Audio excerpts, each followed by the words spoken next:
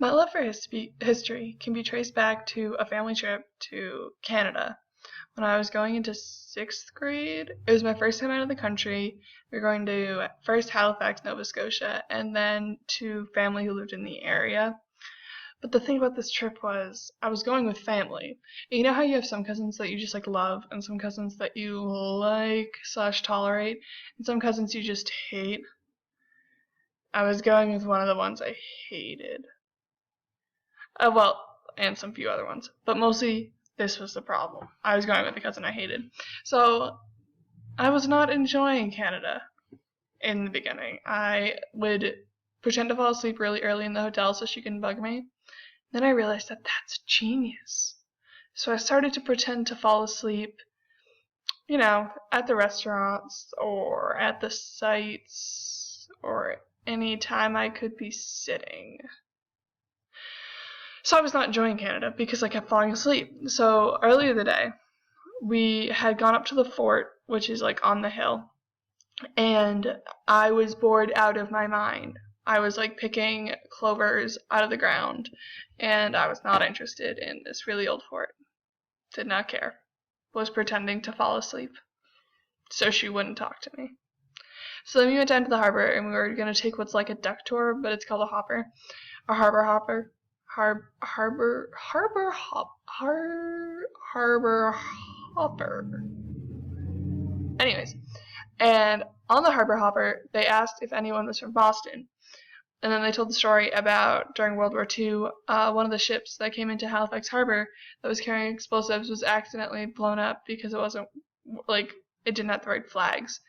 And it destroyed most of the city, and then people from Boston set up, like, carpenters, doctors, all that stuff from all those universities in Boston. So now every year they send us a Christmas tree. This caught my attention for a lot of reasons. I wasn't expecting anything to be about Boston when I was in Canada. Also, I love Christmas. So my mom saw an opportunity here. So when we got off the harbor hopper, when we got off the boat, she went straight to a bookstore, and she got me a book, and it was told, like, a diary of a girl who lived there at the time.